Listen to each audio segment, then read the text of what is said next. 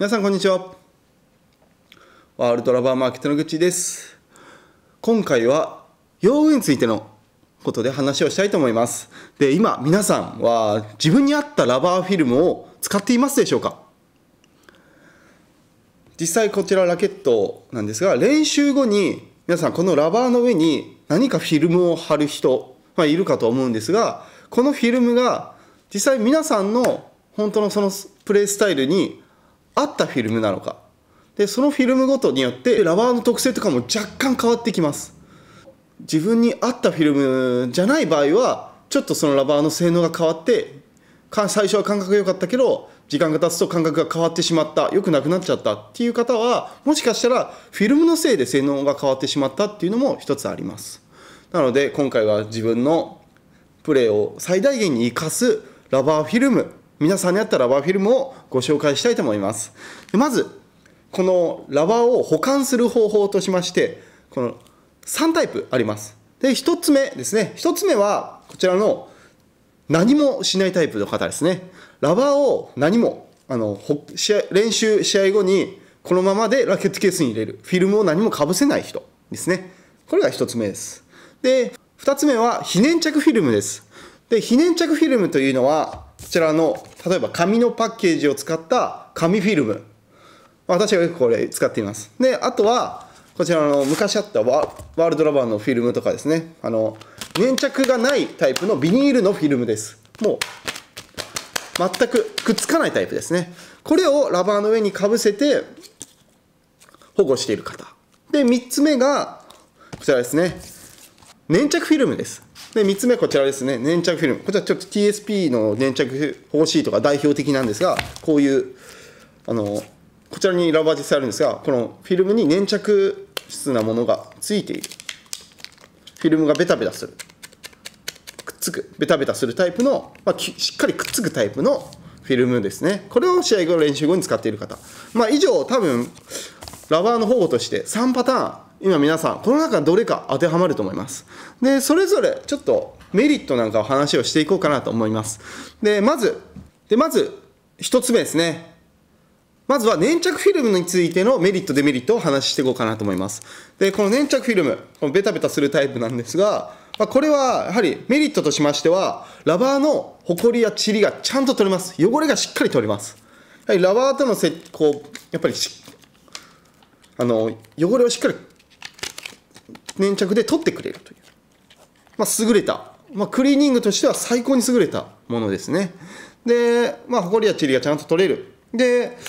ちょっとこう見てますと、ラバーの上にTSP の粘着シートをつけると、ラバーがちょっとこの辺り真空になっています。ちゃんと密着しています。なのでこうやって長期保存してもラバーの性能が変わらないというメリットがあります。このラバーもう半年以上経っているラバーなんですが、こう粘着保護シートをつけておいてずっと半年間保管しておくと、半年ぶりに開けるとラバーがまだテカテカしている、生きている、綺麗な状態でいる、まだ酸化されていない状態で保存されているという、長期保存、ラバーのお気に入りのラバーなどの長期保存に適した粘着保護シートです。でラバーの性能的には若干なんですが、この粘着力、この粘着シートの粘着がラバーの方に若干移り、ラバーも粘着質になるんですよね。ちょっとペタペタするようになります。テンションラバーだとちょっとペタペタで、粘着ラバーですとベタベタになるっていう感じですね。本当に粘着力が移ります。なので回転がアップします。ちょっと粘着がついて回転が上がる。なので引っかかりを重視したい方、もうとにかく回転を重視する方はこういう粘着保護シートを使うと回転がアップします。よく卓球マニアの方々で噂になるのは、こういうふうにラバーを粘着シートで半年間1年間寝かせると、で粘着シート剥がします。そうするとこうやって剥がします。そうすると見てください、こういう光沢感がすごいテッカテカの粘着ラバーが割れます。今これ半年ぶりに開けたんですけど、もう粘着ラバーがベタベタです。これ国境なんですけど、国境さんがもう強粘着のラバーになります。で強粘着にしてから使うっていう方もいます。だからとにかく粘着シートは粘着力と回転がアップする。回転重視の人からしたらすごく嬉しいことかなと思います。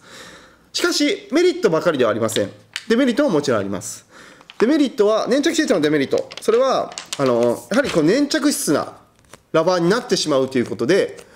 やっぱ弾まなくなってしまいますね。テンションラバーですとやっぱり弾みがちょっとやっぱ粘着がついて落ちます。で粘着ラバーの弾みもさらに落ちてしまいます。なので弾みやっぱダウンするっていうのがどうしても避けられないところかなと思います。この TSP 粘着シート、1日2日使う程度では変わらないですけど、1週間2週間3週間って長期的に毎日貼っていますと、だんだん粘着力がラバーについていくっ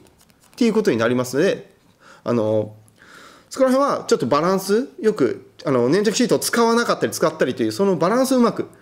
やることで、粘着力の管理ができるのかなと思いますね。粘着力が弱いと思ったら粘着シートを持ってきてつける。で粘着力が強すぎるなと思ったら何もつけない状態でしばらく置いておく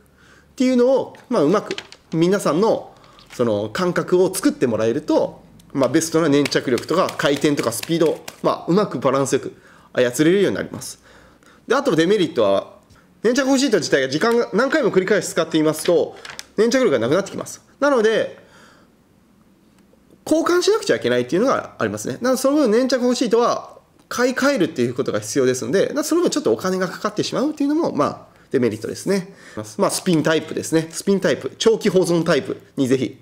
粘着シートを使ってみてください。でそしてもう一つ対照的にありますのが2つ目ですね。これが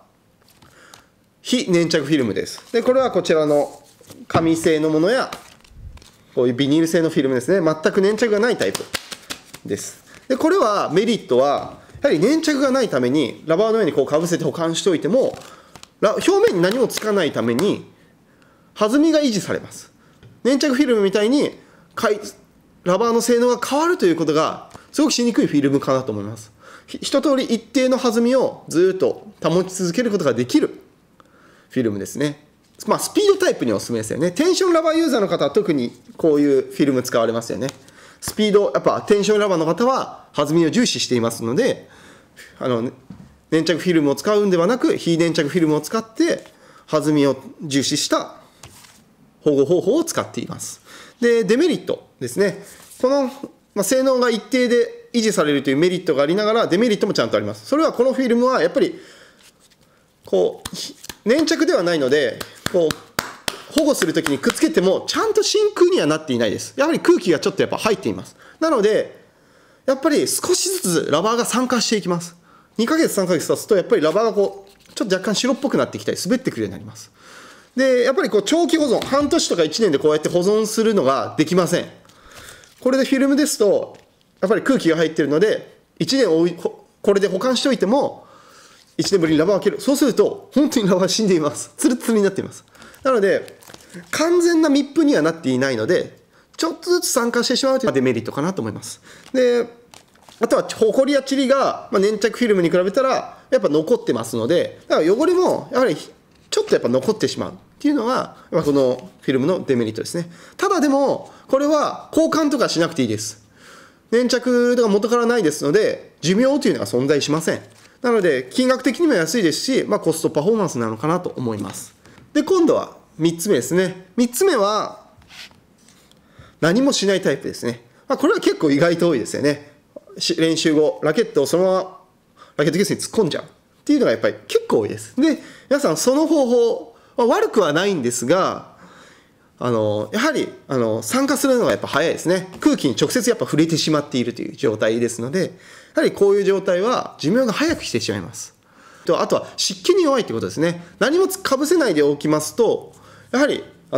雨の日とかに湿気をもろに受けます。もうラケットケースから取り出した時にもうラバーがもうピッタピタ濡れてます。でこの時に非粘着フィルムがあったり粘着フィルムをつけておきますとまだその雨の日でもまだ湿気に気を取られないかなと思いますね。その裸のまま入れてしまうと湿気にももろに受けてしまいます。なのでやはり何かしら何もかぶせてない方は非粘着フィルムをせめてかぶせてもらうか粘着フィルムをかぶせてもらうか、どちらかしていただいた方がいいかなと思います。ということで今3パターンご紹介させてもらいました。簡単にまとめさせてもらうと、粘着ラバータイプスピン重視の方は粘着保護シートを使っていただく。でスピード重視テンションラバーユーザーの方は非粘着保護フィルムを使っていただく。これがどちらかが皆さんに合ったタイプかなと思います。あとはちょっと上級者系の粘着ラバーの使い方で粘着力を調整するので TSP の粘着シートを使ったり非粘着フィルムを使ったりして粘着力のバランスを日によって変えて整えてあげるということもできます。この2パターンのフィルムを使っていただいて皆さんのプレーを最大限に生かすラバーにしてください。ありがとうございました。